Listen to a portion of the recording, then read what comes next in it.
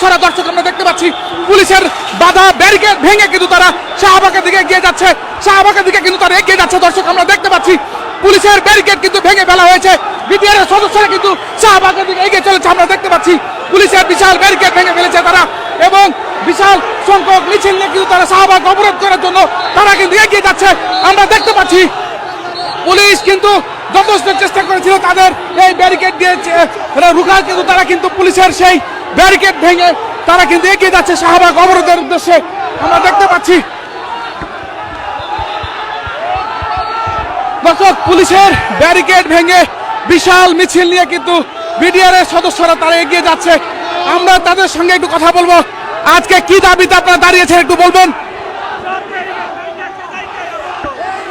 একটু বলেন।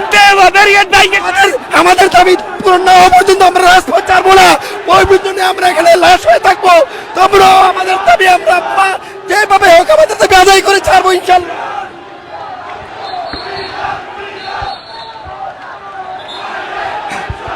দর্শক তারা কিন্তু স্লোগান দিচ্ছেন, তারা কিন্তু স্লোগান দিচ্ছেন বিডিআর বিডিআর তুমি কে আমি কে, বিডিআর বিডিআর বলে কিন্তু তারা স্লোগান দিয়ে এগিয়ে যাচ্ছে শাহবাগের দিকে এবং ইতিমধ্যে কিন্তু শাহবাগের মূল চত্বর যেটি সেটিতে কিন্তু তারা চলে এসেছেন। দর্শক আমরা দেখেছি পুলিশের বিশাল ব্যারিকেড কিন্তু তারা ভেঙে ইতিমধ্যেই শাহবাগের যে মূল চত্বর সেখানে তারা চলে এসেছেন এবং অবস্থান নিয়েছেন, তারা কিন্তু বসে পড়েছেন।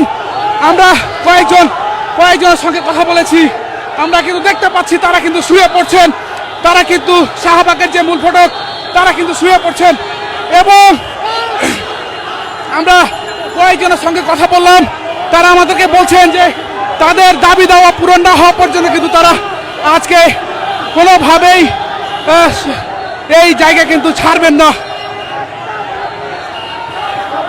দর্শক আমরা দেখছি তারা কিন্তু গাড়ির নিচে কিন্তু শুয়ে পড়ছেন, গাড়ির নিচেও কিন্তু তারা শুয়ে পড়ছেন, অর্থাৎ কোনোভাবেই তাদের দাবি দেওয়া পূরণ না হওয়া পর্যন্ত তারা রাস্তা অবরোধ করে রাখবেন এমনটা কিন্তু তারা ঘোষণা দিচ্ছেন, অর্থাৎ জায়গায় জায়গায় কিন্তু তারা শুয়ে পড়ছেন। দর্শক আমরা দেখতে পাচ্ছি তারা এই শাহবাগের মূল চত্বর, তারা কিন্তু শাহবাগের মূল চত্বরে অবস্থান নিয়েছেন এবং